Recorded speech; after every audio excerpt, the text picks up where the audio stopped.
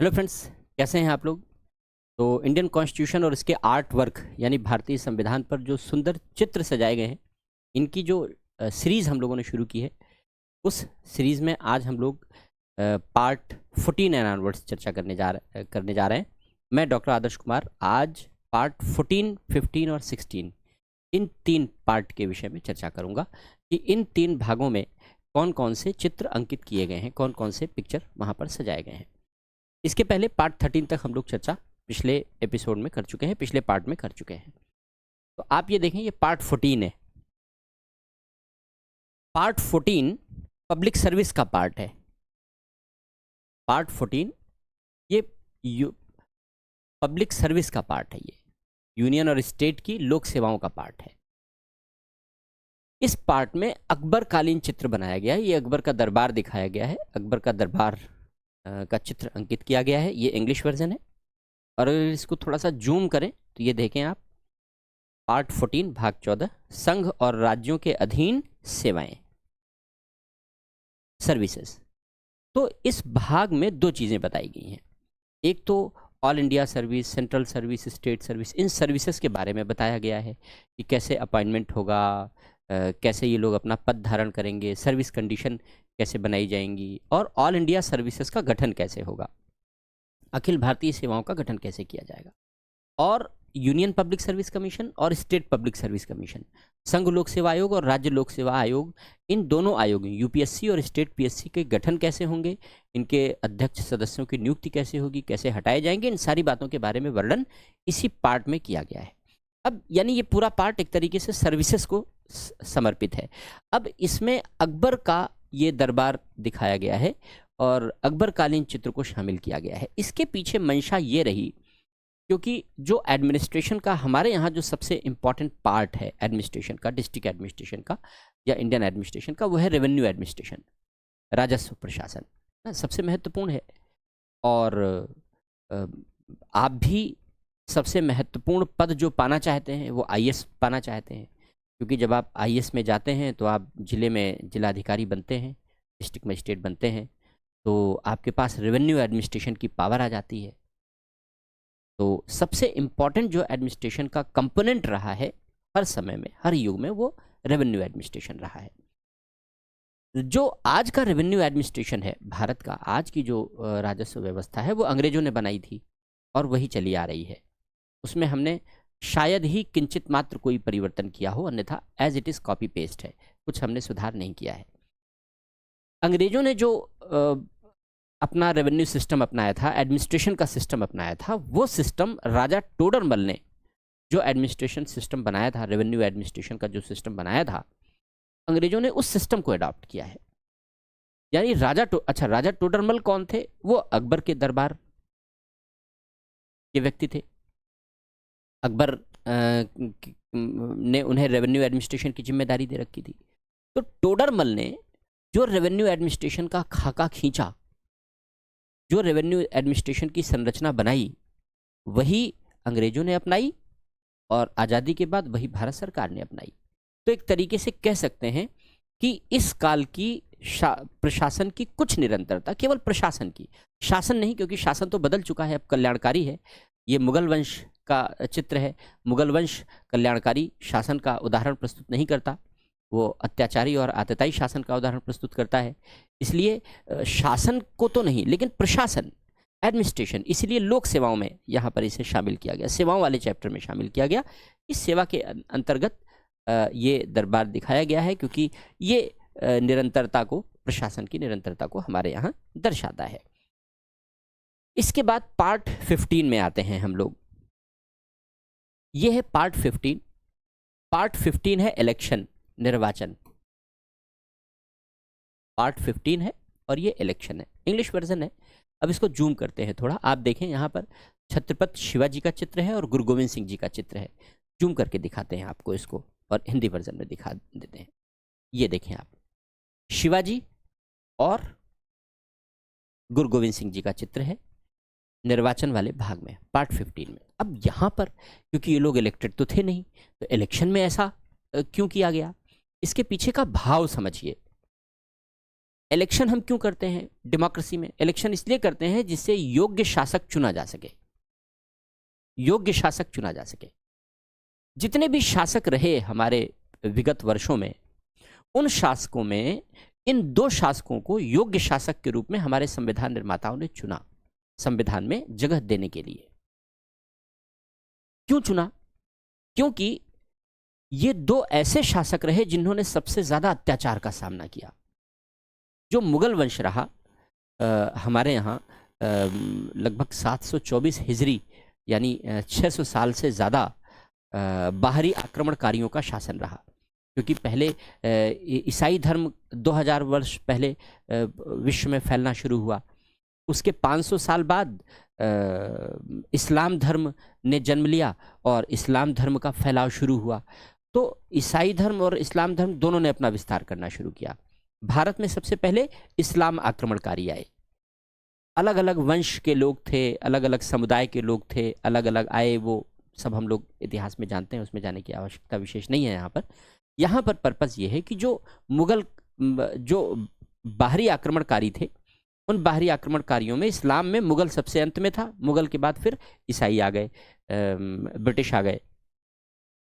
तो मुगल वंश में दो शासन सबसे अत्याचारी माना जाता है। एक बाबर का शासनकाल अत्याचारी शासन था, 4 वर्ष का कार्यकाल था, और दूसरा औरंगजेब, इससे भी ज़्यादा अत्याचारी औरंगजेब का कार्यकाल था, जो लगभग 49 वर्ष 49 ईयर्स औरंगजेब का कार्यकाल शासन रहा।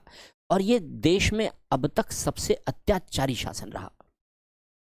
इस अत्याचार के खिलाफ दो शासकों ने लोहा लिया, दो शासकों ने त्याग का परिचय दिया, बलिदान का परिचय दिया। पहला छत्रपति शिवाजी, और इसलिए छत्रपति शिवाजी को यहाँ पर स्थान दिया गया कि इन्होंने किस तरीके से अपनी बुद्धिमत्ता से, अपनी योग्यता से, अपनी वो गुरिल्ला वाली युद्ध नीति से मुगलों को नाके चने चबवा दिए इन्होंने। तो छत्रपति शिवाजी का चित्र अंकित किया गया, क्योंकि इन्होंने अत्याचारी शासन का, क्योंकि औरंगजेब का शासन सबसे अत्याचारी शासन था, इस अत्याचारी शासन का इन्होंने कठोरता से सामना किया। दूसरी बात, गुरु गोविंद सिंह, अगर सबसे बड़ा त्याग कहें शासकों में तो गुरु गोविंद सिंह जी ने किया, जो सिखों के 10वें गुरु थे। इसके बाद फिर गुरु परंपरा खत्म हो गई, क्योंकि जो गुरु ग्रंथ साहब है, उस गुरु ग्रंथ साहब को ही गुरु मान लिया गया, और फिर अब गुरु ग्रंथ साहब ही गुरु माने जाते हैं, और उसी को हम लोग सबसे पवित्र ग्रंथ मान करके उन्हीं का अनुसरण करते हैं। और गुरु ग्रंथ साहब में ही वो सारे गाइडलाइंस दी गई हैं, सारे निर्देश दिए गए हैं, जिसका पालन हमें एक अच्छे जीवन के लिए करना होता है। लेकिन जब गुरु गोविंद सिंह थे, तो गुरु गोविंद सिंह ने अपने पिता और अपने पुत्रों सबका बलिदान कर दिया लड़ाई के लिए। मुगलों का आधिपत्य स्वीकार नहीं किया, औरंगजेब का आधिपत्य स्वीकार नहीं किया, अत्याचार सहन कर लिया, लेकिन त्याग दिया, सबसे बड़ा त्याग। इनके पिताजी का भी त्याग, गुरु तेग बहादुर। आज भी दिल्ली में शीशगंज गुरुद्वारा बना हुआ है, जहां पर औरंगजेब ने गुरु तेग बहादुर के शीश काटने का आदेश दिया था। ये उनके सबसे बड़े बलिदान का प्रतीक है, गुरु गोविंद सिंह जी के पिताजी के बलिदान का प्रतीक है। 4 बच्चे थे गुरु गोविंद सिंह जी के। 2 बच्चे युद्ध में मारे गए लड़ते हुए। 2 छोटे बच्चों को, जो सबसे छोटे 2 बच्चे थे, उन दोनों बच्चों को औरंगजेब में दीवाल में जिंदा चुनवा दिया था। जिंदा दीवाल, दोनों बच्चों को खड़े करके चारों ओर से दीवाल बना करके उन बच्चों को दीवाल में चिपका के पेस्ट कर दिया गया, कैद कर दिया। कितनी अमानवीय मृत्यु! ये त्याग की कहानी है गुरु गोविंद सिंह जी के। लेकिन उन्होंने एक शासक के रूप में हमेशा इस त्याग के बावजूद भी वो लोगों के हित के लिए, लोगों के भले के लिए, लोगों के सामाजिक उत्थान के लिए, नैतिक उत्थान के लिए, आध्यात्मिक उत्थान के लिए सदैव संघर्ष करते रहे। त्याग का जीवन, इससे बड़ा त्याग का उदाहरण तो हो ही नहीं सकता कि कोई अपने पिता और पुत्र दोनों को इस तरीके से गंवा दे, और इस अत्याचारी शासक के कारण, शासक की दुष्टता के कारण। इसलिए इस भाग में कैसे एक योग्य और अच्छे शासक का चुनाव किया जा सकता है, उस योग्य और अच्छे शासक के बारे में ही, क्योंकि दोनों आध्यात्मिक थे। गुरु गोविंद सिंह जी आध्यात्मिक गुरु हैं सिख पंथ के, और शिवाजी, छत्रपति शिवाजी, इनकी भी आध्यात्मिक लौ इतनी तेज थी कि इन्होंने भी एक बार अपने लिए प्रण कर लिया कि हम सर्वस्व त्याग देंगे, आध्यात्म का जीवन अपना लेंगे। लेकिन उनके जो गुरु थे और भी तमाम जो इनके सलाहकार थे, उन्होंने कहा नहीं, इस शासन को आपकी आवश्यकता है और ये भी सेवा है लोगों की, और लोगों की सेवा ईश्वर की सेवा है। तो इनमें आध्यात्मिकता, इन दोनों शासकों में आध्यात्मिकता और नैतिकता का पुट सर्वोच्च था, और भौतिक जीवन में इन्होंने अपनी जिम्मेदारियों का निर्वाह किया। ऐसे ही योग्य शासकों की आवश्यकता हमारे देश में है। इस पर्पस को ध्यान में रखते हुए पार्ट 15 में, इलेक्शन वाले पार्ट में, इन दोनों जो हमारे पूर्वज रहे हैं, इन दोनों का चित्र अंकित किया गया है। अब आते हैं पार्ट 16 पर। पार्ट 16 ये कुछ वर्गों के बारे में विशेष प्रावधान करता है, कुछ वर्गों के बारे में विशेष प्रावधान करता है, special provisions relating to schedule caste, schedule tribe etcetera. तो कुछ क्लासेस के विषय में ये पार्ट 16 है, पार्ट 16 है। इसमें लक्ष्मीबाई और टीपू सुल्तान दो को चित्रित किया गया है। यहाँ पर क्यों किया गया है उसकी चर्चा हम लोग करते हैं। लेकिन जो पार्ट 16 है, आज हम लोग जानते हैं कि लोकसभा में, विधानसभा में कुछ सीटें अनुसूचित जाति के लिए, अनुसूचित जनजाति के लिए आरक्षित हैं, ये इसी के अंतर्गत दी गई हैं। महिलाओं के लिए अभी नए आरक्षण का प्रावधान किया गया है, कॉन्स्टिट्यूशनल अमेंडमेंट के माध्यम से महिलाओं के लिए जो आरक्षण का प्रावधान किया गया है वो इसी भाग में जोड़ा गया है। एंग्लो इंडियन के लिए रिजर्वेशन का प्रावधान था, अब खत्म कर दिया गया है। एंग्लो इंडियन उनको कहते हैं जो यूरोपीय मूल से, पिता के वंश से यूरोपीय मूल के रहे हो लेकिन भारत की नागरिकता उन्होंने ले ली हो। तो एंग्लो इंडियन के लिए रिजर्वेशन अब खत्म कर दिया गया है, शुरुआत में संविधान में दिया गया था। इसी भाग के अंतर्गत अनुसूचित जाति आयोग, अनुसूचित जनजाति आयोग, national commission for schedule caste, schedule tribes और national commission for backward classes, पिछड़े वर्ग आयोग का भी प्रावधान इसी भाग में किया गया है। अब इस भाग में आप देखिए, पहले मैं चित्र को जूम करता हूं दोनों का। पार्ट 16 कतिपय वर्गों के संबंध विशेष उपबंध। तो रानी लक्ष्मीबाई का चिन्ह है और टीपू सुल्तान का चिन्ह है। अब ये माना जाता है कि संविधान निर्माताओं ने इन दोनों चित्रों को इसलिए चुना यहाँ पर स्थान देने के लिए क्योंकि दक्षिण भारत और उत्तर भारत में यही दो व्यक्ति ऐसे थे जिन्होंने अंग्रेजों से सबसे तगड़ा लोहा लिया। हालांकि अगर कतिपय वर्गों के उपबंध की बात करें तो ये ऐसे वर्गों के लिए उपबंध की बात है, ऐसे वर्गों के लिए प्रावधानों की बात है जिनको विशेष संरक्षण की आवश्यकता है।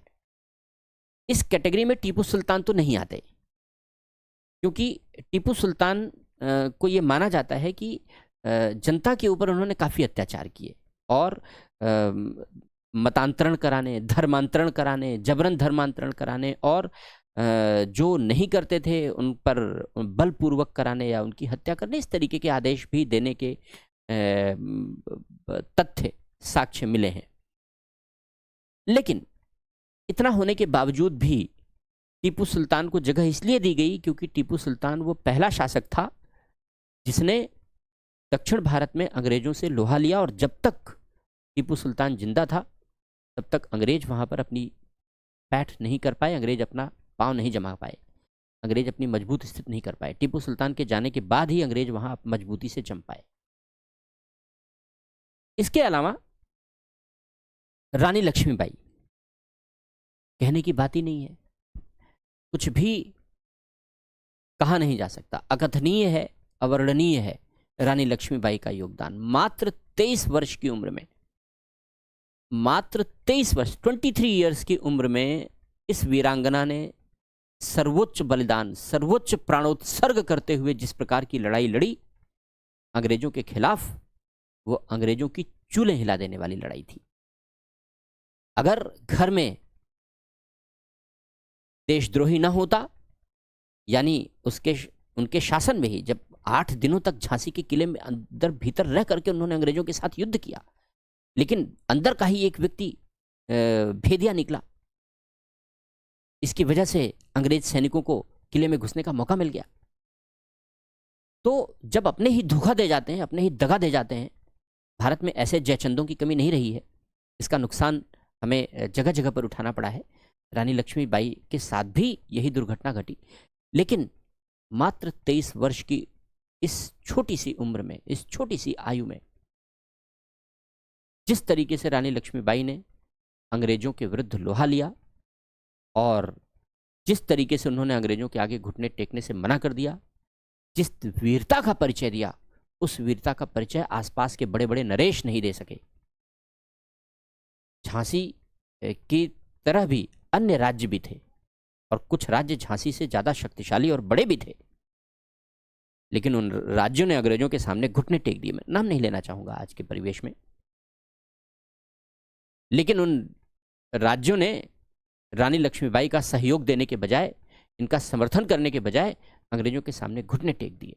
लेकिन इसके बावजूद भी रानी लक्ष्मीबाई ने जिस शिद्दत के साथ, जिस मजबूती के साथ अंग्रेजों का सामना किया, वो इतिहास में सुनहरे अक्षरों में जब तक ये धरा और विश्व है तब तक के लिए अंकित हो चुका है। रानी लक्ष्मीबाई का यह त्याग, रानी लक्ष्मीबाई का सर्वोच्च बलिदान, सर्वोच्च प्राणोत्सर्ग, यह किसी से छुपा हुआ तथ्य नहीं है। बच्चों बच्चों की जुबान पर अब तो रहता है ना, खूब लड़ी मर्दानी वह तो झांसी वाली रानी थी। तो जिस तरीके से झांसी की रानी ने अपने वीरता का परिचय दिया है, वो हम सब के लिए प्रेरणा स्रोत है। वो हम सब के लिए प्रेरणा स्रोत है कि किसी भी प्रकार के अत्याचार को सहना नहीं है, किसी भी प्रकार के अनाचार को सहना नहीं है, और उस अत्याचार से केवल अपनी नहीं, सबकी रक्षा करनी है, सबकी रक्षा करनी, सभी वर्गों की रक्षा करनी है। क्योंकि रानी लक्ष्मीबाई भी शासिका थी, तो शासिका होने के नाते जो जितने भी वर्ग थे, वहां रहने वाले लोग थे, उनकी सुरक्षा की जिम्मेदारी इनके ऊपर थी। इस भाव से पार्ट 16 के अंतर्गत ये चित्र, रानी लक्ष्मीबाई का चित्र यहाँ पर शामिल किया गया है। तो ये 3 पार्ट थे, पार्ट 14, पार्ट 15 और पार्ट 16, जिनमें संविधान के अंतर्गत किन किन चित्रों को शामिल किया गया है, हम लोगों ने इसके बारे में चर्चा की। अब इसके बाद फिर 17, 18 और 19 फिर आगे ऑनवर्ड्स, तो 3-3 का ग्रुप हम लोग लेकर चलेंगे। आज हम लोगों ने केवल 16 तक की चर्चा की है, कल 17, 18 और 19 की हम लोग चर्चा करेंगे। तो आज के लिए फिलहाल इतना ही। हाँ, अगर कोई क्वेरी है आपकी, कोई क्वेश्चन है, कोई डाउट है, तो ज़रूर आप मुझे क्वेश्चन लिख करके भेज सकते हैं। Thank you so much.